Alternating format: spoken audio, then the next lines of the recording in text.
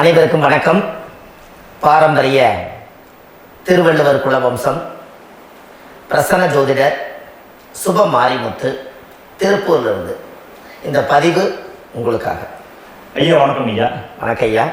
ஐயா இப்போ மக்கள் சார்பாக ஒரு கேள்வி இன்னைக்கு நான் கேட்கலான்னு இருக்கேன். கேளுங்க ஐயா. ஐயா, அதாவது இந்த ஜாதகத்துல முடக்கு இருக்கு, ஜாதகத்தையும் முடக்கிருச்சு, கண்டிப்பா கண்டிப்பா, அதனால வாழ்க்கையில் நிறைய பிரச்சனைகள் அப்படின்னு சொல்லி நிறைய பேர் கேட்கறாங்க. கண்டிப்பாங்க ஐயா. இந்த முடக்குங்கிறது என்னங்க ஐயா? அதற்கும் கர்மாவுக்கு ஏதாவது சம்பந்தம் இருக்காங்க ஐயா? அதை பத்தி சொன்னீங்கன்னா ரொம்ப உதவியா இருக்கு. நல்ல கேள்விங்க ஐயா. இந்த கர்மாவே முதல்ல எங்கிருந்து வருது அப்படிங்கிறது தான் இப்போ நம்ம சொல்ல போகிறோம். இதுவரைக்கும் எத்தனையோ கருத்துக்கள் எல்லாம் நீங்கள் இந்த உலகத்தில் கேட்டிருப்பீங்க. ஆனால் இந்த பதிவில் நீங்கள் பொறுமையோடு இந்த கருத்தை ஒரு இனிமையோடு நிதானமாக கேட்டிங்கன்னா உங்களுடைய ஊழ்வினை கர்மா எங்கிருந்து உருவாச்சு, இதனுடைய இந்த கர்மானால் நாம் என்ன கஷ்டப்படுறோம், நாம் இந்த பூமியில் பிறக்கிறதுக்கு என்ன வரம் வாங்கி வந்தோம், நம்ம பாவ புண்ணியம் எல்லாம் ஜாதக கட்டத்தில் போய் எப்படி எடுக்கிறது, நம்மளுடைய தோஷம்னு சொல்கிறோமே அந்த தோஷம் எப்படி கிரியேட் ஆகுது, நம்ம இந்த பூமியில் பிறக்கும் போது கொண்டு வந்த கர்மாவா, இல்லை கடவுளே நம்மளுக்கு ஒரு தண்டனையாக கொடுத்த கர்மாவா, இல்லை நம்ம இந்த பூமிக்கு வந்ததுக்கு அப்புறம் செய்த கர்மாவா, இது எல்லாத்தையுமே நம்ம பொறுமையாக கேட்கணும்னா கண்டிப்பாக இந்த பதிவை நீங்கள் பொறுமையோடு கேளுங்க. உங்களுக்கு இதில் ஒரு பெரிய ஒரு ரகசியம் ஒன்று அடங்கி இருக்குது. அந்த ரகசியத்தை தான் இன்னைக்கு இந்த உலகத்துக்கு அரங்கேற்றம் பண்ணுறேன். இந்த முடக்கு நம்ம ஐயா கேட்டதில் ஒரு அற்புதமான ஒரு விஷயம் என்ன அப்படின்னு கேட்டிங்கன்னா, முடக்குங்கிறது அந்த காலத்தில் பெரிய திறமையை கட்டி போட்டு வச்சுட்டா நம்மளால் அது இயங்க முடியுமா? முடியாது இல்லைங்களா ஐயா? முடியாது. அப்போது அதே மாதிரி ஜாதக கட்டத்தில் நமக்கு வேண்டிய யோகத்தை கடவுளே நம்மளுக்கு நாம் செய்த பாவத்தினால அது முடக்கி வச்சிருச்சுன்னா அந்த பாவகத்தை அந்த ஜாதகர் அனுபவிக்க முடியுமா? முடியாது, அனுபவிக்க முடியாது. அப்போ அந்த அனுபவிக்க முடியாம வெளி உலகத்துல போய் நம்ம தேடி போன பிறவியில செய்த பாவத்தை இந்த பிறவியில நீங்க தேடி கண்டுபிடிச்சு வாழ்க்கையில நீங்க எப்போ மேலுக்கு வருது? அப்போ அந்த கர்மா 12 ராசி கட்டத்துக்குள்ள 27 நட்சத்திரத்துல 9 கிரகங்களுக்குள்ள ஒரு பெரிய ஒரு ஆத்துமாத்துமான கர்மா, உங்க பூர்வ ஜென்ம கர்மா இதுக்குள்ள எங்கேயோ ஒரு இடத்துல முடங்கி இருக்குது.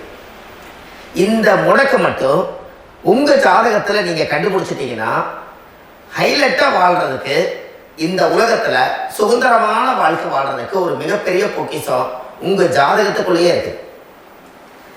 அப்போ அந்த ஜாதகத்துக்குள்ள நாம போன பிறவியில நம்ம கர்மா நாம் என்ன செய்திருக்கோம் உங்களுக்குள்ள பெரிய குழப்பம் இருக்கும்.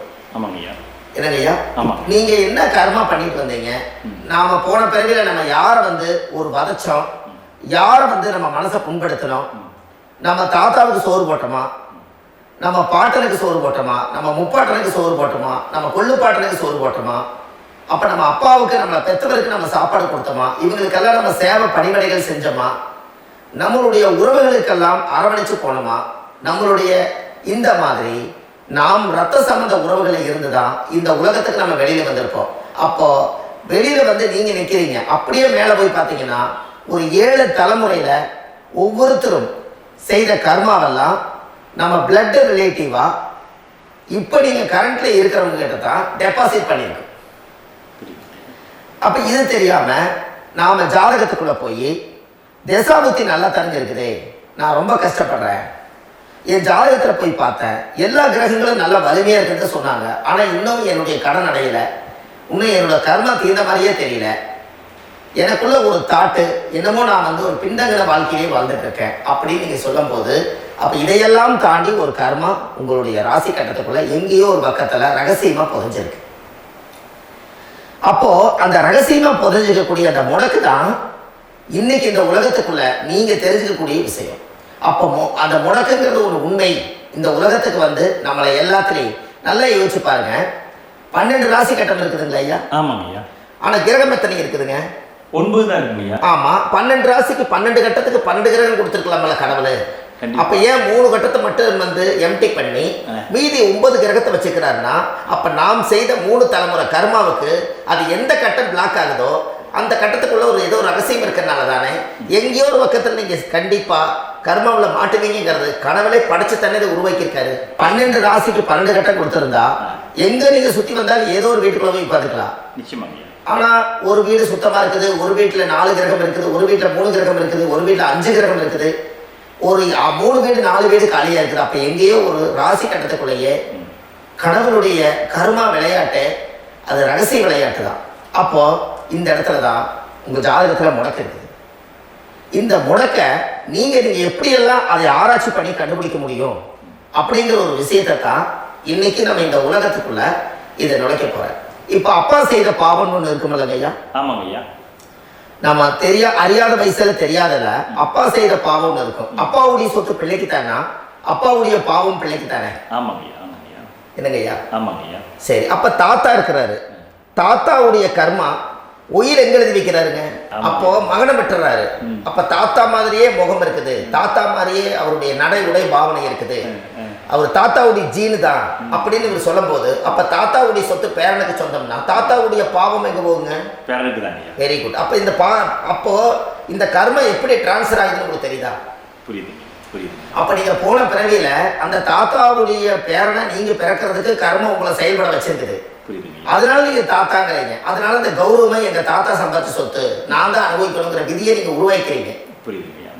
அப்போ இந்த ஜாதகத்துல அந்த உள்வினை தோஷம் தான் ஏதோ ஒரு வழியில உங்களை கர்மாவை செயல்படுத்துது. அதனாலதான் இந்த ஜாதகத்துல எந்த ஒரு முடக்கை எடுக்கிறதா இருந்தாலும் சூரியன் என்ற நட்சத்திரம் எதுவோ அந்த நட்சத்திரத்துக்கு எந்த வீடு முடக்காகுதோ அங்கதான் உங்களுடைய கர்மா ஒளிஞ்சிருக்கும். இதுதான் உங்களுடைய பெரிய ஒரு பொக்கிஷமான ரகசியம். சரிங்க ஐயா. இப்போ இது நவகிரகங்கள் 9 இருக்கும்போது ஏன் சூரியனை மட்டும் நம்ம இதில் எடுத்துக்கணும்னு நீங்க சொல்றீங்க? நல்ல கேள்விங்க ஐயா. நீங்க கேட்டீங்க பாத்தீங்களா, 9 நவகிரகம் இருக்கும்போது சூரியன் மட்டும், அந்த சூரியன் என்ற நட்சத்திரம் பிறக்கும் போது அந்த வீடு மட்டும் முடக்காக நீங்க கேட்டீங்க இல்லையா? இதுதான் அற்புதமான கேள்வி. ஏன் அப்படின்னு கேட்டீங்கன்னா, சூரியனா அப்பா, அப்பாவோட உயிர் கருவோய் அம்மாவுடைய பனிக்குடத்துல கர்ப்பத்துல வச்சு 10 மாசம் 300 நாள் சுமந்து நீங்க இந்த பூமிக்கு வெளியில வரும்போது நீங்க என்ன பாவத்தை இவங்க விதைச்சாங்களோ அந்த கர்மாவை வாங்கிட்டு தான் நீங்க வெளியில பிரசவம் ஆகுறீங்க. இதுதானே உண்மைதாங்க. அப்ப சூரியன் என்ற நட்சத்திரம், அந்த சூரியன்கிறது உயிர் கருவல்லவா? அப்பாவுடைய உயிரணுக்கள் அம்மாவுடைய கருவிக்குள்ள போய் நாம குழந்தை வடிவத்துல இருந்து 300 நாள் பாவ உன்னித்த பதிவுல ஏட்டு எழுதி ஒரு ஜாதகத்தை கையில கொடுத்து பிறந்த உடனே உங்களுக்கு ஒரு ஏட்டை பெரட்டி நீ இப்படித்தான் விதி, இனிமேல் இப்படித்தான் நீ வாழணும்னு சொல்லி உங்க கர்மாவை நீங்க கர்மாவோட தானே வெளியில பிறக்கிறீங்க. அப்ப சூரியன் என்ற நட்சத்திரம் தானே இந்த உலகத்துக்கு ஒரு பெரிய ஒரு மகத்துவம். இப்ப பாருங்க, விடிய வரைக்கும் நம்ம முடிச்சுட்டு இருக்கிறோம். காலையில சூரிய உதயமானா அவங்கவுங்க செயல்படுறோம். மீறி எல்லா கிரகங்களுக்குமே வெளிச்சத்தை கொடுக்கக்கூடிய சக்தி சூரியனுடைய பிம்ப ஒளிக்குத்தான் உண்டு. என்னங்கய்யா? அதனாலதான் மேசம் உச்ச வீடுன்னு சொல்லி மேசத்தை உச்சம்னு சொல்லி சூரிய உச்சத்தை அங்கதான் வச்சாங்க. அப்போ அந்த காலச்சக்கரத்துக்கு 5ஆம் இடம் பூர்வ புண்ணியஸ்தானத்துல போய் சிம்மத்துல கொண்டு போய் சூரியனை ஆட்சி விடுன்னு வச்சாங்க. அப்போ சூரியன்ல இருந்துதான் அந்த மையப்புள்ளி உருவாகுது. அப்போ உங்களுடைய ஜாதகத்துல அந்த சூரியனாகப்பட்டவர் பிறக்கும் போது நீங்க உங்க ஜாதகத்தை நீங்க எடுத்துக்கங்க ஐயா. நீங்க இன்னைக்கே போய் கதவை திறந்து உங்க பெட்டியை திறந்து பீர்வாவுக்குள்ள உங்களுடைய ஜாதகம் இருக்குது, அந்த ஜாதகத்தை எடுத்து ஜோதிடர்கிட்டையே நீங்க சந்தேகம் கேட்கறதுக்கு முன்பு நீங்களே உங்களுடைய கர்ம பத்தி தெரிஞ்சுக்கிறதுக்கு இந்த பதிவுல உங்களுக்கு ஒரு ரகசியத்தை சொல்லித்தாங்க. உங்க ஜாதகத்துல இப்ப இது வரைக்கும் ராசி கட்டத்தை நீங்க பார்த்திருப்பீங்க. ஆனா பாதசாரம்னு ஒண்ணு இருக்கும் இல்லைங்களா? ராசிக்கு பாதசாரம்னு ஒண்ணு இருக்கும். சூரியன் என்ன நட்சத்திரத்துல இருக்குது, சந்திரன் என்ன நட்சத்திரத்துல இருக்குது, செவ்வாய் என்ன நட்சத்திரத்துல இருக்குது, புதன் என்ன நட்சத்திர கால நிற்குது, இது எல்லாமே அந்த சாரம் இல்லாத ஜோதிடம் சோரம் போய்விடும். அதனால அந்த சாரத்தை நிற்கிறது பத்தியில கிரகம். அதுல இப்ப நீங்க உங்களுடைய ராசி கட்டத்தை ஓபன் பண்ணுங்க. இதுல ராசி கட்டத்துல சூரியன் என்ற நட்சத்திரம் ஒண்ணு இருக்கும் இல்லைங்களா? அது எதுவா வேணாலும் இருந்துட்டு போட்டோம். அந்த நட்சத்திரம் தான் நீங்க பிறக்கும் போது தாயுடைய கருவறைக்குள்ள கரு உருவான நட்சத்திரமே அதுதான். புரிஞ்சுங்களா ஐயா? பிறக்கும் போது நீங்கள் அந்த கருவுடைய நட்சத்திரம் அப்பா வந்து கருவை உருவாக்கி கர்மாவை விதைச்சது அந்த சூரியன் என்ற நட்சத்திரம் தான். அந்த வீட்டுக்கு தான் இந்த ராசி கட்டத்தில் உங்களுக்கு முடக்கு உருவாகுது. புரிஞ்சுங்களா ஐயா? அப்போ ஒரு ஜாதகத்துல சூரியன் என்ற நட்சத்திரம் எதுவோ அதுதான் உங்களுடைய கர்ம நட்சத்திரம். இப்ப நம்ம பிறக்கிறதுக்கு முன்னாடி அப்பா கிட்ட அந்த கர்ம டெபாசிட் ஆயிருக்கும். அதை டிரான்ஸ்ஃபர் எப்படி பண்றாரு? அவர் ஒரு கல்யாணம் வச்சு அவர் குடும்ப வாழ்க்கையில வாழ்ந்து நம்மளோட உயிர் கருவை கொண்டு போய் ஊராம் பொண்ண கல்யாணம் பண்ணி பொண்டாட்டின்னு எடுத்துக்கொண்டு அந்த பொண்டாட்டிங்கிற உரிமையாகி இவருடைய உயிர் கரு உருவாகி வாரிசுகள் வெளியில வருது. அதானே ஐயா? அப்போ அந்த சூரியன் என்ற நட்சத்திரம் தான் இந்த உலகத்துல ஒரு பிரம்மாண்டமான நட்சத்திரம். இந்த நட்சத்திரம் உங்க மனசுக்குள்ள ஏதாவது இருந்துச்சுன்னா உங்க வீட்டுல ஏதாவது ஒரு நல்ல விஷயங்கள் நீங்க பண்றதா இருந்தா அந்த கர்ம நட்சத்திரம் சூரியனுடைய நட்சத்திரம் இருக்கிறதுல அந்த நட்சத்திரத்துல எந்த ஒரு சேவைகளும் செய்யக்கூடாது. அதுதான் கர்மா. அதை போய் நீங்க ஆக்டிவேட் பண்ணி விட்டீங்கன்னா அது முன்னோர்களை வந்து நீங்க வந்து தொந்தரவு பண்ண மாதிரி. அந்த கர்ம நட்சத்திரம் தான் உங்க வாழ்க்கையில அது புதஞ்சிருக்கிறதா. இப்போ குழந்தை பிறந்தாலோ சீர் சீமந்தங்கள் நீங்க செய்யறதாலோ கல்யாணம் முக்கிறதுனாலோ உங்க ஜென்ம நட்சத்திரத்தன்னைக்கு கல்யாணம் பண்ண வேணும்னு சொல்லிக்கிறாங்க இல்லைங்க? உங்களுக்கு ஜென்ம நட்சத்திரத்துக்கு முன்னாடி உங்களை உருவாக்குன நட்சத்திரம் தான் ஜென்ம நட்சத்திரம். அப்ப சூரியன் என்ற நட்சத்திரம் அப்பாவுடைய ஜென்ம நட்சத்திரமா அந்த ஊழ்வினை கர்ம செயல்படுது. அப்ப அந்த முடக்கு யார் வழியில வந்தது? முன்னோர்கள் வழியில வந்தது. முன்னோர்கள் கட்டி வச்சது யாரைய? குலதெய்வத்தை. அப்ப அந்த குலதெய்வத்தை போய் சாமிக்கு போய் வீடு வாசல்லாம் வலிச்சு குலதெய்வத்தை போய் தேங்காய் பழம் பூமாலை கல்கண்டு வாங்கி அர்ச்சனை பண்ணி ஒரு அன்னதானம் ஒன்று பண்ணிட்டு சாமிக்கு பொங்கல் வச்ச நைவேத்தியம் பண்ணிட்டு உங்க ஜாதகத்தை வச்சு பூஜை பண்ணிட்டு வாங்க. அதுக்கப்புறம் தான் உங்க கர்மாவை கண்டுபிடிக்கிறதுக்கு வழியே பிறக்கும். குலதெய்வத்தை வணங்காமல் கோவிந்தா கோவிந்தா என்று பல தெய்வத்தை வணங்கினாலும் பலனொன்றும் இல்லைன்னு அந்த காலத்தில் முன்னோர்கள் சொல்லி வச்சுக்கிறாங்களா இல்லைங்களா? அதனால கண்டிப்பாக அதை கண்டுபிடிச்சு நீங்கள் அதுக்கு ஒரு நைவேத்தியம் பண்ணால் மட்டும்தான் முதல்ல உங்கள் 5ஆம் பாவம் முன்னோர்கள் அது வேலை செய்யும். குலதெய்வ ஆலயத்துக்கு போயிட்டு வாங்க. போயிட்டு வந்துட்டு இந்த கர்மவினை தோஷத்தை நிவர்த்தி பண்ணுறதுக்குனால சரியான பரிகாரத்தை நம்ம எடுப்போம். அப்போ உண்மையாலுமே ஒரு ராசி கட்டத்துக்குள்ள இந்த மாதிரி ஒரு அந்த கர்ம தோஷம் இருப்பதனால இந்த கர்மா தோஷத்துக்கு அந்த முடக்க தோஷங்கிறத நீங்கள் எடுத்து அதை கண்டுபிடிச்சு அந்த சூரியன் என்ற நட்சத்திரம் எந்த ராசி கட்டத்தில் போய் முடக்காயிருக்குதோ அந்த முடக்கு எந்த பாவகம் வந்து நம்மளுக்கு லாக் ஆகிருக்குதோ அந்த பாவகத்துக்கு உண்டான பரிகாரங்கள் அதுக்குரிய ஸ்தலங்கள் அந்த கோவில்களில் போய் சுவாமிக்கு தேங்காய் பழம் பூமாலை கல்கண்டு வாங்கி அர்ச்சனை பண்ணி நீங்கள் அந்த கோவிலுக்குள்ள போய் உட்கார்ந்து சாமி கும்பிட்டு வந்தீங்கன்னா உங்களுடைய ஜாதகத்தில் இருக்கக்கூடிய அந்த முடக்கு தோசை நீங்கி வாழ்க்கையில் நீங்கள் எதை சாதிக்க வந்தீங்களோ அந்த சாதனையை நீங்கள் சாதிச்சுட்டு இருப்பீங்க. புரிஞ்சுங்களா ஐயா? இல்லை, தெளிவாக புரியுதுங்க. ஏன் அப்படின்னா அந்த முடக்கு நட்சத்திரத்துக்குள்ள தான் ஒரு தோஷம் இருக்குது. இப்போ அந்த காலத்தில் பாருங்க ஐயா, முன்னோர்கள் எல்லாம் நிறைய பேர் கோவில் கட்டி வச்சுட்டு போயிருக்காங்களா இல்லைங்களா? ஆமாங்க ஐயா. இந்த கோவில் எதுக்காக கட்டி வச்சுக்கிறாங்கன்னா அவங்க கட்டினவங்களுக்கும் அந்த முடக்கு தோஷம் இருந்திருக்குது. ராஜாக்கள் இருந்திருக்குது, மன்னர்கள் காலத்தில் இருந்திருக்குது, ஜமீன்தார் காலத்தில் இருந்திருக்குது. இப்போ அவங்களுடைய அமைப்புகள் எல்லாமே முன்னோர்கள் என்னமோ அறியாமல் தெரியாத தன்னடக்கம் இல்லாத ஒரு கர்மாவை செஞ்சுட்டாலும் அதுக்குரிய பரிகார ஸ்தலங்களை கொண்டு போய் அந்த காலத்திலே ஜாதகம் பார்த்து நம்ம வந்து முன்னோர்களுடைய பாவத்தை நாம் செய்த பாவத்தையும் தீர்த்துட்டு நமக்கு கீழே அடுத்த சந்ததிகள் அடுத்த தலைமுறைகள் வந்தாலும் இந்த கோவில்களுக்கு வந்து விளக்கு போட்டு சாமி கும்பிட்டு இந்த மண்ணை மிதிச்சுட்டு போனால் அன்னையோட அந்த கர்மா தீருங்கிறது அந்த காலத்திலேயே முடக்கு தோச பரிகாரத்தை கோவில் வழியில் அந்த காலத்தில் திசை திருப்பி வச்சுருக்காங்க. அப்போ நீங்கள் கோவிலுக்கு போகாமல் கண்டிப்பாக இந்த பரிகாரத்தை நீங்கள் உடைக்க முடியாது. ஏன் உடைக்க முடியாதுன்னா இப்போ நீங்கள் எத்தனை வருஷம் வாழ்கிறீங்க ஐயா? இன்னும் ஒரு 50-60 வருஷம், 120 வருஷமே வச்சுக்கோங்க. சூரிய திசை 6 வருஷம், சந்திர திசை 10 வருஷம், செவ்வாய் திசை 7 வருஷம், ராகு திசை 18 வருஷம், குரு திசை 16 வருஷம், சனி திசை 19 வருஷம், புதன் திசை 17 வருஷம், கேது திசை 7 வருஷம், சுக்கிர திசை 20 வருஷம்.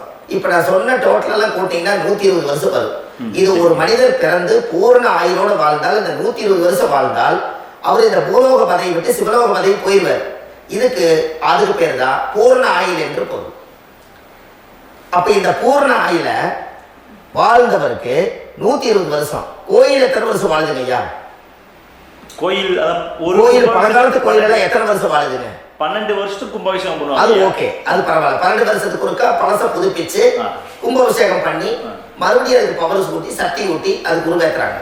நான் சொல்றது கோயில் 5000 வருஷம் 4000 வருஷம் பெரிய பெரிய சித்தர்கள், மகான்கள், ரிஷிமார்கள், யோகிகள், சித்தர்கள் இவங்களெல்லாம் போய் கோவில்லையே சிவனையும் பெருமாளையும் வழிபாடு பட்டுட்டு கோவில்லையே ஒரு ஓரத்துல ஜீவசமாதி ஆயிட்டாங்கன்னு பழைய கால கோயில சித்தர்கள் குடியிருக்காங்களா இல்லைங்களா? இருக்காங்கல்லங்க ஐயா. அப்போ நாம 120 வருஷம் வாழ்றோம், கோவில் 5000 வருஷம் வாழுது. எங்க சக்தி அதிகமா இருக்குன்னு சொல்லுங்க? கோயில் தான், அதோட மாற்றம் இல்லைங்களே. அப்ப கோவில தான் அந்த சக்தி இருக்குது நீங்க சொல்றீங்க. அப்போ உங்களுடைய கர்மாவை உடைக்கிறதுக்கு 120 வருஷம் பெருசா 5000 வருஷம் பெருசான்னு சொல்லுங்க? 5000 தான். அப்ப 5000 வருஷம் உள்ள அலைகள் வந்து எத்தனை அந்த சிவனுக்கு ஒரு சிவன் கோயிலே உங்களுக்கு முடக்கு தோஷத்துக்கு ஒரு கோயில் வருதுன்னு வச்சுக்கோங்க. அந்த கோவில்ல எத்தனை முடக்குகளுக்கு உண்டான கோவில்கள், எத்தனை பழங்களை ஊற்றி சாமிக்கு அபிஷேகம் பண்ணியிருப்பாங்க, எத்தனை பால் கூட ஊற்றிருப்பாங்க, பன்னீர், தேன், இளநீ, மஞ்சள் நீர், திருமஞ்சனம், அபிஷேகம், பொங்கல், நைவேத்தியம் இத்தனையும் செஞ்சு அந்த சிவனை வந்து சிவனாக பார்த்து அந்த கருவறைக்குள்ள ஒரு கிராணங்கள் வரும்போதும் கூட பாதுகாப்பு பண்ணி வச்சு நல்ல சக்தியோட அந்த கருவறையை புத்தியோட அவங்க வேலை செஞ்சு அந்த காலத்தில் வச்சிருக்காங்களா இல்லைங்களா? வச்சிருக்காங்க. அப்போ நம்ம வீட்டை அவ்வளோ சுத்தமாக வச்சிருக்க முடியுமா? என்னதான் வாஸ்து இருந்தாலும் முடியாது இல்லைங்களா? அப்போ அவ்வளவு ஒரு பவர்ஃபுல்லான கோவில் அந்த முடக்க தோஷத்துக்குள்ள ரகசியமா அந்த கோயில் அடங்கி இருக்குது. உங்க ஜாதகத்துக்குள்ள உண்மையாலுமே ஊழ்வினை கோயில், கர்மவினை கோயில் அதுக்குள்ள இருக்குது. அந்த ஜாதகத்தை கணிச்சு பார்த்தா கரெக்டா உங்களுடைய ஜாதகத்துல அப்பாவுடைய கருவறையிலிருந்து உயிர் உருவாகிற நேரத்துல இருந்து இப்ப வரைக்கும் நீங்க கரண்ட்ல வாழ வரைக்கும் அந்த கர்ம கூட வர்றத ஒரே ஒரு இடத்துல போனா மட்டும்தான் விட்டுட்டு வர முடியும். அது எந்த வீடு அப்படின்னு கேட்டா உங்களுக்கு வந்து அப்பாவுடைய கர்மாவளியில போய் அந்த கோவில், பழையகால கோயில், பழையகால தெய்வங்கள், அந்த கோவில் தான் உங்க ஜாதகத்துக்குள்ள ரகசியமா இருக்கும். அது ஏன் இந்த பதிவுல உங்களால சொல்ல முடியாது அப்படின்னா, இந்த பதிவுல ஏன் சொல்ல முடியாதுன்னா உங்க ஜாதகம் தெரியாம என்ன கோயிலை நீங்க சொல்லுவீங்க? புரியுதுங்கய்யா. இப்ப பொதுவா ஒரு நட்சத்திரத்துக்கு ஏதோ ஒரு கோவில அவங்க சொல்லி நீங்க போயிட்டு வரீங்கன்னு வச்சுக்கோங்க. ஆனால் அது வேலை செய்யலைன்னா நம்மளுக்கு என்னங்க இவ்வளவு கஷ்டப்பட்டு போய் அந்த பலனடையிலேயே கேள்வி கேட்கக்கூடாது. உங்க ஜாதகத்தை நீங்க கொண்டாங்க, உங்க டேட் ஆஃப் பர்த் டயத்தை போட்டு ஜாதகத்தை கணிச்சு நீங்க சூரியன் என்ற நட்சத்திரத்துக்கு உங்களுடைய கர்மவினை கோவில் யாரு, உங்களுடைய முடக்கு யாரு, ஊழ்வினை தோஷத்துக்கு உண்டானவர் யாரு, தாய் வழி கர்மா யாரு, தந்தை வழி கர்மா எது, நீங்க பிறக்கும் போது வந்த கர்மா என்ன, இது எல்லாம் கணிக்காம பொதுவா ஒரு கோயில்ல போய் நீங்க வாட்டுக்கு சாமி கும்பிட்டு வந்தால் பலன் எப்படி கிடைக்கும்? கண்டிப்பா கிடைக்கும் ஐயா. என்னங்க ஐயா, அது தெரிஞ்சு பண்ணாதான் சரியா? ஒரு டாக்டர் கிட்ட போறீங்க, எனக்கு என்னை அப்படியே ஸ்கேன் பண்ணி ஒரே ஒரு மாத்திரை கொடுங்கன்னு கேட்டா டாக்டர் கொடுப்பாருங்களா? இல்லைங்க ஐயா. அவர் என்ன பிரச்சனை இருக்குதோ அதை முதல்ல கண்டுபிடிச்சு ஸ்கேன் பண்ணி பார்த்து ரிப்போர்ட் எடுத்து அது மூலியமா தான் கொஞ்சம் எடுத்து ஐயா உங்களுக்கு இந்த பிரச்சனை, இதுக்கு தீர்வுக்கு இதுக்குண்டான மெடிசன், இது இப்படித்தான் சாப்பிடணும்னு முறையா சொல்லி அந்த உயிர் வாழ வைக்கிறாரு டாக்டர். அவர் ஒரு தெய்வ வடிவத்துல. கரெக்டுங்களா ஐயா? அப்போ உங்களோட கர்மா எங்க செயல்படுது அப்படின்னா இந்த முடக்க நீங்க இந்த பதிவுல தெரிஞ்சுக்கங்க. அதுக்குரிய நட்சத்திரம் என்னன்னு தெரிஞ்சு வச்சுக்கோங்க. உங்க ஜாதகத்துல சூரியன் என்ற நட்சத்திரத்தை எடுத்துக்கங்க. அந்த வீட்டுக்கு முடக்க இந்த பதிவுல எந்த வீடு லாக் ஆயிருக்குதுங்கிறத நான் உங்களுக்கு இந்த வீட்டுல சொல்றேன். அந்த வீட்டு நீங்க பாருங்க, உங்களுடைய லக்கணத்துக்கு அது எந்த வீடு. இப்ப லக்கணத்துக்கு ஒரு 7வது வீடுனே வச்சுக்கோங்க. அப்போ லக்கணத்துக்கு 7வது வீடே முடக்கு. அப்படி ஒரு முடக்க ஆயிப்போச்சுன்னா ஒரு ஜாதகத்துல லக்கணம் தான் 1, 7ஆம் இடம்ங்கிறது மனைவி ஸ்தானம். ஒரு ஆணுடைய ஜாதகத்துக்கு 7ஆம் இடம் தான் மனைவி. அவருக்கு நல்ல மனைவி அமையாம ஆடம்பரம் இருந்தும் வீடு அரண்மனை மாதிரி இருந்தும் அந்த மனைவி ஒரு சந்தோஷமா அவர் அனுபவிக்க முடியாது. புரிஞ்சுங்களா ஐயா? சந்தோஷமா அனுபவிக்க முடியாது. ஏன் அப்படி? 7ஆம் இடத்துல தான் அவரோட கர்மம் உட்கார்ந்து இருக்குது. கரெக்டா சொன்னீங்க. 7ஆம் இடத்துல தான் அந்த கர்மம் உட்கார்ந்து இருக்குது. அப்ப அந்த 7ஆம் இடத்துல இருக்கக்கூடிய அந்த கர்மா போன பிறவியில நீ மனைவிக்கு சோறு போடாம மனைவியை கட்டி வச்சு அடிக்கிறதும், மனைவியை துன்புறுத்துறதும், அந்த மனைவி இருக்கவே இன்னொரு வாழ்க்கைக்குள்ள போறதும், இங்க வாழ வேண்டிய தாம்பத்திய சந்தோஷத்தை கொண்டு போய் இன்னொரு இடத்துல கொடுக்கறதும், தெரிஞ்சிருந்தே நம்மளுடைய மனசுக்குள்ள திருடுத்தனமா வாழ்றதும், இது எல்லா கர்மாவும் போன பிறவியில நாம் செய்த ஊழ்வினை கர்மா தான் உங்க ஜாதகத்துல 7ஆம் இடம் முடக்கு. அப்போ அந்த 7ஆம் இடம் முடக்கா இருந்துச்சுன்னா கண்டிப்பாக உங்கள் ஜாதகத்தில் நீங்கள் என்ன அனுபவிச்சிட முடியும்? நல்ல நண்பர்கள் கிடைக்க மாட்டாங்க, நல்ல ஒரு பார்ட்னர்ஷிப் அமையாது, நல்ல ஒரு நட்பு வட்டங்களில் எதையும் அனுபவிக்க விடாது, ஒரு அங்கீகாரமான உறவுகளில் போய் நம்ம ஸ்ட்ராங்காக நிற்க முடியாது. 7ஆம் இடம் என்பது தாம்பத்திய வாழ்க்கை, பூர்த்தி இல்லாத வாழ்க்கையாக இருக்கும். இப்படியெல்லாம் அந்த ஜாதகத்தில் ஒரு பொதுவாக ஒரு ஜாதகத்தில் 7ஆம் பாவம் முடக்காயிட்டால் இந்த கர்மாவை அவர் அனுபவிச்சுக்கிட்டே இருப்பார். இது எப்பத்தான் அதுக்கு ஒரு தீர்வு வேணுங்க ஐயா? அந்த கோயில் எதுன்னு கரெக்டாக சொன்னீங்க. இப்போ இது மனிதனால செயல்படுது. மனிதர்கள் தான் கோயிலை கட்டி வச்சாங்க. தெய்வத்தை விட ஒரு காலத்தில் மனிதர்களுக்கு மகிமை ஜாஸ்தி. ஏன்னா சாதாரண ஒரு மண்ணு பூமியாக இருந்த இடத்த மனிதர்கள் தான் கோயில் கட்டி ஒரு மகிமைப்படுத்தி புண்ணியம் பண்ணி வச்சாங்க. மனிதர்களுக்கு சக்தி அதிகம்தான், ஆனால் பிரபஞ்சத்துக்கு அதை விட சக்தி அதிகம் அல்லவா? ஐயா, நீங்கள் கோவிலுக்கு போய் அந்த கர்மா உடைக்கிறதுக்கு கோவிலில் சக்தி இருக்குது, ரைட்டு. ஆனால் நம்ம வீட்டுக்கும் கோயிலுக்கும் ஒரு மிகப்பெரிய தொடர்பு என்னென்னா, அந்த கோயில் கட்டுறவங்க எல்லாமே பழைய காலத்து கோயிலெல்லாம் பாருங்கள், பஞ்சபூதத்தை வச்சு கட்டியிருப்பாங்க. சரிங்க. பஞ்சபூதத்தை எப்படிங்க? பஞ்சபூதத்தை வச்சு தான் கட்டுவாங்க கோயில். அது உங்களுக்கு தெரியணும் இல்லைங்களா? பஞ்சபூதம்னா நீர், நெருப்பு, காற்று, பூமி, ஆகாயம். இந்த பஞ்சபூதத்தினுடைய சக்திகள் எல்லாம் ஒரே நேர்கோட்டுக்கு என்னைக்கு வருதோ அன்னைக்கு தான் அந்த கோவிலுடைய பாலக்கால் போட்டு 1000-2000 வருஷம் நிலச்சி நிற்கிறது. காரணம், இந்த பிரபஞ்சத்தில் பஞ்சபூதம் எப்படி நிலச்சி நிற்குதோ அதுபோல் 5000 வருஷம் நிற்கிறதுக்கு அந்த பஞ்சபூத சக்தி வச்சு தான் சாமி சிலையை பிரதிஷ்டை பண்ணி வச்சுருப்பாங்க. அதனால தான் இந்த கோயில்கள் எல்லாம் 5000 வருஷமாயும் எத்தனையோ கிராணங்களை எல்லாம் தப்பிச்சிருக்கிறதுக்கு காரணம். அப்பேற்பட்ட புண்ணிய ஸ்தலம் உங்களுக்கு எதுன்னு தெரியணும் அல்லவா? என்னங்க ஐயா? அப்பேற்பட்ட புண்ணிய ஸ்தலம் உங்களுக்கு எதுன்னு தெரிஞ்சா தானே நீங்க போய் செய்ய முடியும். இல்லாட்டி கண்டிப்பா தெரியாது. அப்போ இந்த முடக்கு தோஷத்தை கடவுள் கிட்டத்தை கொண்டு போய் ஒப்படைக்கணும். நாம் பிறக்கும் போது கொண்டு வந்த கர்மாவை நாம் இருக்கும் காலத்தில் கொண்டு போய் இந்த கர்மாவை சுத்தப்படுத்தி நீங்கள் பாவ ஆத்மாவை இந்த பூமியில் பிறந்து பூலோகத்தில் எல்லா புண்ணியத்தையும் செஞ்சுட்டு இந்த பூலோகத்தை விட்டு நீங்கள் போகும்போது புனித ஆத்மாவாக போகணும்னா உங்கள் கர்மாவை கொண்டுட்டு போகாதீங்க, கர்மாவை நிவர்த்தி செய்யுங்க. என்னங்க ஐயா? புரியுதுங்க ஐயா. அப்போ கர்மாவை சுத்தப்படுத்துங்க. கர்மாவை சுத்தப்படுத்திட்டு உங்களுக்கு பிறக்கிற குழந்தைகளுக்கு அந்த கர்மாவை டிரான்ஸ்ஃபர் பண்ணாம உங்களோட நில் பண்ணுங்க. ஒரு உதாரணம் சொல்லிட்டுங்களா ஐயா? சொல்லுங்க.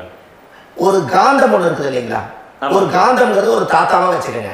ஒரு இரும்பு கொண்டு போய் வச்சா ஒட்டு மாட்டாதா? ஒட்டுங்கய்யா. அப்போ ஒட்டுனோடனே காந்தம்ங்கிறது தாத்தா, அவருக்கு பிறந்த வாரிசுக்கு அந்த கர்மா டிரான்ஸ்ஃபர் ஆயிடுமா? ஆயிடுச்சுங்க. சரி, இன்னொரு இரும்பு கொண்டு போய் வைங்க, ஒட்டு மாட்டாதா? கண்டிப்பா ஒட்டுங்கய்யா. அப்ப அது பேரனுக்கு வைங்க, பேரனுக்கு வந்துருச்சு அந்த கர்மா, வந்துருச்சுங்கய்யா. இன்னொரு இரும்பு கொண்டு போய் வைங்க, அந்த காந்தத்துக்கு நேர் இன்னொன்று வைங்க, ஒட்டு மாட்டாதா? கண்டிப்பா ஒட்டுங்கய்யா. அப்ப அதை கொண்டு போய் நம்ம கொள்ளு பேரனுக்கு வைங்க. இப்படியே டிரான்ஸ்ஃபர் ஆகி தலைமுறை தலைமுறையே இந்த கர்மா தொடர்ந்துகிட்டே இருக்குது.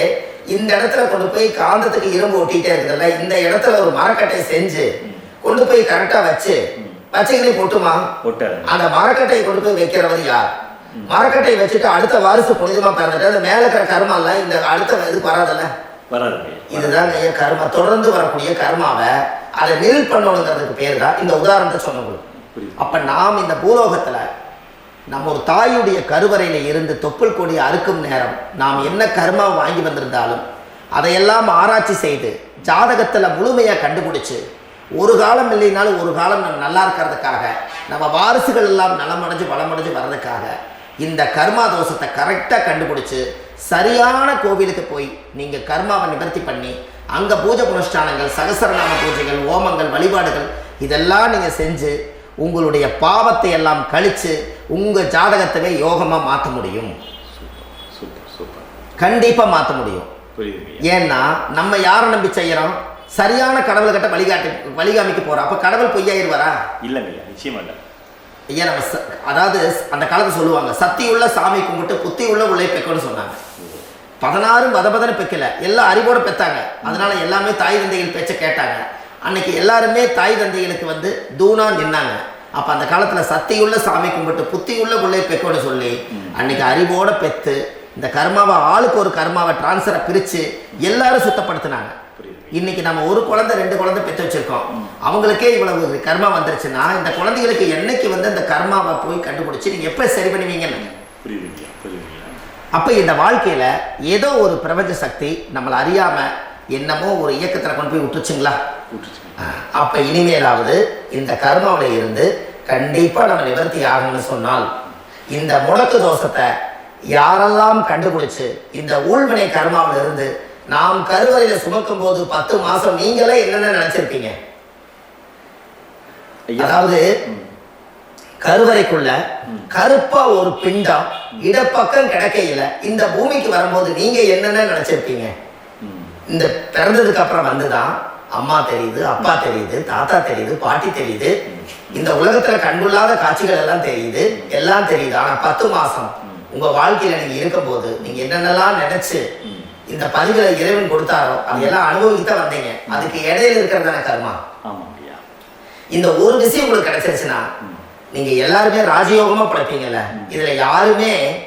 இதுல ஏழை பணக்கார யாரையுமே சொல்ல வரல. அவங்க பிறக்கும் போது புண்ணியத்தை பொறுத்து தான் போன ஜென்மத்துல நம்ம என்ன புண்ணியங்கள் பண்ணி வச்சோமோ அந்த புண்ணியத்துல இன்னைக்கு நல்லா வாழ்றாங்க. ஒருத்தர் கேட்டாரு, என் ஜாதகத்துலங்க எங்கூட படிச்சவரு இடம் வாங்கிட்டாரு, வீடு வாசல் கட்டிட்டாரு, தொழில் பண்ணிட்டாரு, நல்லா இருக்காரு, ஆனா நான் இன்னும் அப்படியே தான் இருக்காங்கன்னு ஒருத்தர் கேட்டாரு. அதுக்கு ஒரு கருத்து என்னன்னா, டேட் ஆஃப் பர்த் ஒண்ணுதான், டைம் ஒண்ணுதானே வச்சுக்கோங்க. அவங்க அப்பா செஞ்ச புண்ணியம் வேற, நீங்க செஞ்ச பாவங்கள் வேற. அவர் செஞ்ச புண்ணியத்தினால அவருக்கு எல்லாமே முன்னாடி கிடைக்குது. நீ கர்மாவெல்லாம் கழிச்சிட்டீங்கன்னா பின்னாடி கிடைக்க போகுது. இதுல மற்றவங்களை பத்தி வேற்றுமையா நினைக்கிறதுல எந்த ஒரு இதுவுமே இல்லை. அப்போ ஒருத்தர் பார்த்து ஒருத்தர் வாழ வேண்டாம். உங்களுடைய சுய அறிவை வச்சு இந்த பூலோகத்துல இந்த பூமியில நீங்க 4 தெரிஞ்சு நல்ல விதமா கத்துக்கிட்டு இந்த உலகத்துல சிறப்பா வாழ கத்துக்குங்க. அதுக்கு அந்த ஊழ்வினை தோஷத்தை கண்டுபிடிங்க. உங்களுக்குன்னு ஒரு முடக்கு இருக்குதுங்கிறத இன்னைக்கு நீங்க எழுதி வைங்க. அதை எப்படியாவது கண்டுபிடிங்க, அதை தேடுங்க. ஒரு முறை நீங்க ஜாதகத்தை கொண்டு வாங்க. அந்த ஜாதகத்தை கொண்டு வந்து உங்க பாவகத்துல எத்தனாம் பாவம் முடக்காயிருக்குன்னு பாருங்க. அந்த பாவகம் முடக்காயிடுச்சுன்னா உங்க வாழ்க்கையில அதுல இருந்து உங்களால வெளியில வரவே முடியாது. கண்டிப்பா வர முடியாது. அதை நீங்க கண்டுபிடிச்சா மட்டும்தான் நீங்க மேல வர முடியும். ஏன்னா நிறைய பரிகாரங்கள், பூஜைகள், யாகங்கள், ஹோமங்கள் எல்லாம் செய்து வச்சும் கூட அந்த கருவணைக்கு உண்டான கோவிலுக்கு போய் அந்த 5000 வருஷம் பழமை வாய்ந்த தெய்வத்துக்கிட்ட போய் நீங்க முறையிட்டு விளக்கு போட்டு உங்க கர்மத்தை எல்லாம் நான் நீதான் தீர்த்து கொடுக்கணும்னு சொல்லி நம்பிக்கையோட போய் நீங்க போய் அந்த சரணாகதி அடையிறீங்க பாருங்க, அங்கதான் உங்க கர்மாவை எடுத்து விடுறாரு. அப்ப இந்த ரகசியம் உங்களுக்கு வேணும் அல்லவா? அப்போ உங்க ஜாதகத்துல எங்க முடங்கி இருக்குது, அதுக்குரிய கோவில்கள் எல்லாம் என்ன, அதுக்கு தான பரிகாரம் என்ன, அதுக்கு நீர் பரிகாரம் என்ன, யாத்திரை பரிகாரங்கள் என்ன, நீங்க வீட்டில இருந்தே செயல்படுத்தக்கூடிய பரிகாரங்கள் என்ன, பரிகாரம் கோவிலுக்கு போய்தான் நடக்குமா, இல்ல நாம் வீட்டில் வச்சு வணங்குறதுனால நடக்குமா, நாம் செய்யக்கூடிய தர்ம பரிகாரங்கள் என்ன, தான பரிகாரங்கள் என்ன, இப்படி பல விதமா இருக்கனால உங்க ஜாதகத்துக்கு எந்த மாதிரி பரிகாரம் கனெக்ட் ஆகுதுங்கிறது தெரியணும். இது தெரியாம கண்டிப்பா உங்களால செயல்படுத்துறது ரொம்ப கஷ்டம். இதனால இதை நீங்க தெரிஞ்சுக்கணும்னா இப்ப நம்ம பாருங்க, நீங்க அதை தெரிஞ்சுக்கிட்டாலே உங்க வாழ்க்கையில ஒரு டைம்ல நீங்க தெரிஞ்சு போறீங்க உங்களுடைய கர்மா என்ன, நீங்க எங்க செயல்பட்டு போயிட்டு இருக்கிறீங்க, உங்க போற பாதை சரியா இல்ல அந்த பாதையில முள்ளு கல்லு இருக்குதா, இது எல்லாம் உங்களுக்கு தெரியலனா இந்த முடக்க கண்டுபிடிக்கக்கூடிய சக்தி வாய்ந்த இந்த கர்மாவை நிவர்த்தி பண்றதுக்கு வழிகள் இருக்குது. அதனால நீங்க கண்டிப்பா இந்த முடக்க தெரிஞ்சுக்கணும். இந்த முடக்க ராசினா என்ன உண்மையாலுமே உங்க வாழ்க்கையில நீங்க தெரிஞ்சு இனிமேல் உங்க வாழ்க்கையில இதுவரையிலும் கர்மாவுக்குள்ளேயே கஷ்டப்பட்டீங்க, வழி தெரியாம கண்ணை கட்டி காட்டுல விட்ட மாதிரி இருந்தீங்க, இனி அப்படி இருக்க வேண்டாம்.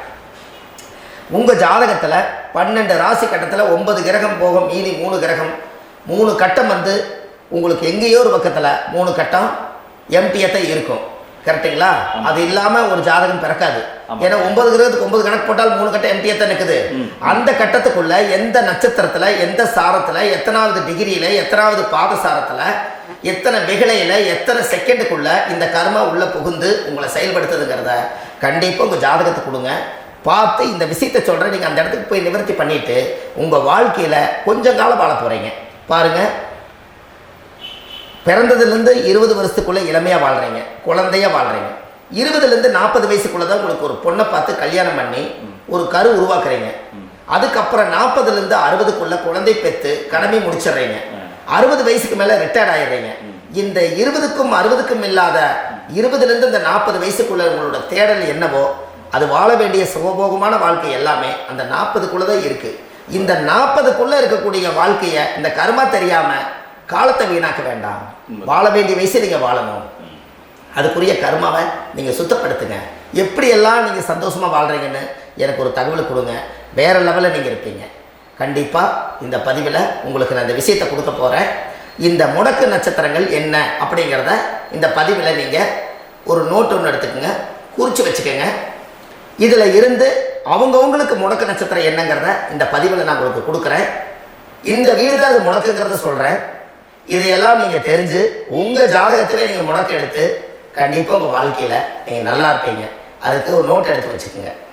இது வரைக்கும் கர்மாவை பற்றி நம்ம பேசணும். உங்கள் ஜாதகத்தில் சூரியன் என்ற நட்சத்திரத்துக்கு தான் முடக்குன்னு சொன்னீங்களே, எந்த வீடுங்கிற ரகசியத்தை இன்னைக்கு நம்ம எல்லாரும் தெரிஞ்சுக்கலாமா? இத்தனை காலமாக நீங்கள் தெரிஞ்சுக்காத ஒரு ரகசியத்தை இன்னைக்கு உங்கள் ஜாதக கட்டத்தில் நீங்களே முடக்க கண்டுபிடிச்சி அதுக்குண்டான பலனை தேட போகிறீங்க. அந்த தேடல் தான் உங்களை கொண்டு போய் உட்கார வைக்க போகுது. ஒரு உதாரணம், உங்கள் ஜாதகத்தில் பாதசாரம் இருக்குது அல்லவா? அந்த பாதசாரத்தில் சூரியன் என்ற நட்சத்திரம், சூரியன் நின்ற நட்சத்திரம் பாதசாரத்தில் கரெக்டாக எடுங்க. சூரியன் என்ற நட்சத்திரம் பூச நட்சத்திரமாக இருந்தால், உங்கள் வாழ்க்கையில் பூச நட்சத்திரமாக இருந்தால் அது ரிஷப வீடு தான் முடக்காகும்.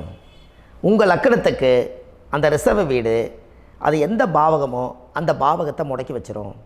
அதனால் கண்டிப்பாக இந்த சூரியன் என்ற நட்சத்திரம் பூச நட்சத்திரமாக இருப்பதனால் அத்தை வழி கர்மா, அது மனைவி வழி கர்மா அதுக்குள்ளே உட்கார்ந்துருக்குது. அதை கண்டுபிடிக்கிறதுக்கு குலதெய்வ ஆலயத்துக்கு போயிட்டு வாங்க. போயிட்டு வந்துட்டு இந்த கர்மவினை தோஷத்தை நிவர்த்தி பண்ணுறதுக்குண்டான சரியான பரிகாரத்தை நம்ம எடுப்போம். பூச நட்சத்திரத்தை இது வரைக்கும் நீங்கள் பார்த்தீங்க. அடுத்தது ஆயிலி நட்சத்திரத்தை பற்றி அடுத்த பதிவில் சொல்கிறேன். நம்ம ஆன்லைன்லேயே ஜாதகம் பார்க்குறோம். உங்கள் date of birth, time, place கொடுத்தீங்கன்னா போதும். உங்களுக்கு ஜாதகத்தை கணிச்சு ஃபோன்லேயே உங்களுக்கு கர்மராசி கண்டுபிடிச்சி உங்களுக்கு உண்டான கர்ம பரிகாரத்தை சொல்லி உங்கள் வாழ்க்கையில் ஒரு வெளிச்சத்தை கொண்டு வர்றதுக்கு என்றைக்கும் உங்களுக்கு உறுதுணையாக இருப்பேன். நீங்கள் கண்டிப்பாக இந்த பதிவுகள் எல்லாம் இது உங்களுக்காகத்தான். இது அதிகாலை நேரத்தில் பிரம்ம முகூர்த்தத்தில் இந்த பதிவை உங்களுக்கு முழுமையாக சமர்ப்பணம் பண்ணுறேன். இதை கற்று இதை வழி நடத்தி இதைய எப்படியெல்லாம் இந்த முடக்கை கண்டுபிடிச்சி இப்படியெல்லாம் பேச வச்சு அழகு பார்க்க நம்ம முன்னோர்களுடைய ஆசீர்வாதமும் இந்த முடக்கை கண்டுபிடிச்ச குருமார்களும் அவங்களுடைய குடும்ப பாரம்பரிய வம்சாவளிகளும் எல்லாருமே நல்லா இருக்கணும். அதுக்காக இந்த நேரத்தில் நான் வந்து அடியன் சுப மாரிமுத்தாக இருந்து திருப்பூர்லேருந்து இந்த பதிவை உங்களுக்கு நான் கொடுக்குறேன். கண்டிப்பாக இந்த முடக்கு கோயிலுக்கு, இந்த முடக்கு தோஷத்துக்கு உண்மையான பரிகாரங்கள், எளிமையான பரிகாரங்கள் நீங்களே வாழ்க்கையில் செஞ்சு ஆதிகால பரிகாரங்கள் உங்கள் மனசுக்குள்ளே இருக்குது. அதை செயல்படுத்தினா மட்டும் போதும், வாழ்க்கை எங்கேயோ போயிடும். கண்டிப்பாக ஒரு முறை உங்கள் ஜாதகத்தை அனுப்பி வைங்க, உங்களுக்கு நான் பார்த்து பலன் சொல்கிறேன். இன்றைக்கி நான் கொடுத்த பதிவுகள் எல்லாம் உங்களுக்கு ரொம்ப பயனுள்ளதாக இருந்திருக்கும். உங்களுக்கு இது வரைக்கும் எத்தனையோ கர்ம வினைகளை பற்றி தெரியாமல் இருந்திருக்கீங்க. இந்த பதிவில் நிறைய கேட்டு தெரிஞ்சுக்கிட்டீங்க. இதெல்லாம் வாழ்க்கையில் ரொம்ப முக்கியமான பரிகாரங்கள், எளிமையான பரிகாரங்கள். நேராக நீங்கள் கடவுளைத்தான் கெட்டியாக பிடிக்க போகிறீங்க. அந்த பரிகாரங்கள் எல்லாம் செஞ்சு அதிகாரமாக வாழ்ந்து இந்த பூலோகத்தில் நல்ல சிறப்பாக வாழ்றதுக்கு இந்த பரிகாரம் உங்களுக்கு ரொம்ப யூஸ்ஃபுல்லாக இருக்கும். கண்டிப்பாக இந்த பதிவை செய்யுங்க. நம்ம பாரம்பரிய திருவள்ளுவர் குல வம்சம் பிரசன்ன ஜோதிடர் சுப மாரிமுத்து திருப்பூரில் இருக்கேன். 30 ஆண்டு காலமாக நம்ம ஜோதிடர் பார்த்து கொண்டிருக்கிறோம். இவ்வளவு காலமாக எத்தனையோ ஆயிரக்கணக்கான மக்களுக்கு நம்ம ஜோதிடம் பார்த்து வழிகாட்டி நிறைய மக்களுக்கு நிறைய சேவைகள் செஞ்சுருக்கேன். நிறைய கோயில் கட்டி வச்சுருக்கேன், கும்பாபிஷேகங்கள் பண்ணி வச்சுருக்கேன், அன்னதானங்கள் நிறையா பண்ணி வச்சுருக்கேன், புண்ணிய யாத்திரைகள் நிறைய போய் வந்திருக்கேன். மக்களுக்காகவே நான் உங்களுக்கு உழைக்க தயாராக இருக்கேன். இந்த ஜோதிடம் வந்து என்னுடைய ஒரு பாரம்பரியமாக என்னுடைய அப்பா தாத்தா முன்னோர்கள் இதெல்லாம் எங்களுடைய குலத்தொழில் இது. அதனால் நாங்கள் பாரம்பரியமாக திருவள்ளுவர் குல வம்சம். வள்ளுவர் வாக்குன்னு யூடியூப் சேனலில் போனீங்கன்னா 1000 பரிகாரங்கள் கொடுத்துருக்கேன். அதுவும் உங்களுக்கு ரொம்ப யூஸ்ஃபுல்லாக இருக்கும். வள்ளுவர் வாக்கு அப்படின்னு போடுங்க. அப்படி இல்லைன்னா சுப மாரிமுத்துன்னு போடுங்க. இதில் பரிகாரங்கள் நிறையா கொடுத்துருப்பேன். கண்டிப்பாக இதெல்லாம் நீங்கள் சந்தித்து நீங்கள் ஒரு சப்ஸ்கிரைப் பண்ணி வச்சுக்கோங்க. நான் போடக்கூடிய பதிவுகள் எல்லாமே உங்களுக்கு நோட்டிஃபிகேஷன் வந்துடும். அதனால் நீங்கள் ஒரு சப்ஸ்கிரைப் பண்ணி வச்சுக்கோங்க. தினமும் ஒரு தகவல் உங்களுக்கு கொடுத்துக்கிட்டே இருக்கேன். இது எல்லாமே உங்களுக்கு ஒரு பெரிய சந்தோஷமான நிகழ்ச்சிகள். என்றைக்கும் உங்களோட நான் வாழ்கிறேன். உங்களுடைய குடும்பத்தில் நான் ஒருத்தராக இருந்து குடும்ப ஜோதிடராக நான் இருப்பேன். கண்டிப்பாக ஆயுள் உள்ள வரைக்கும் உங்களுக்காக இந்த ஜோதிடத்துக்கு உழைச்சி உங்கள் குடும்பத்தில் ஒருத்தராக நான் வந்து ஒரு ரத்த உறவில் நான் வந்து இந்த பூர்வ ஜென்மத்தில் உங்களுக்கு நான் கடமைப்பட்டிருக்கேன். கண்டிப்பாக அடுத்த பதிவில் உங்களை நான் சந்திக்கிறேன். வாழ்வது ஒரு முறை, வாழ்த்தட்டும் தலைமுறை. நன்றி, வணக்கம்.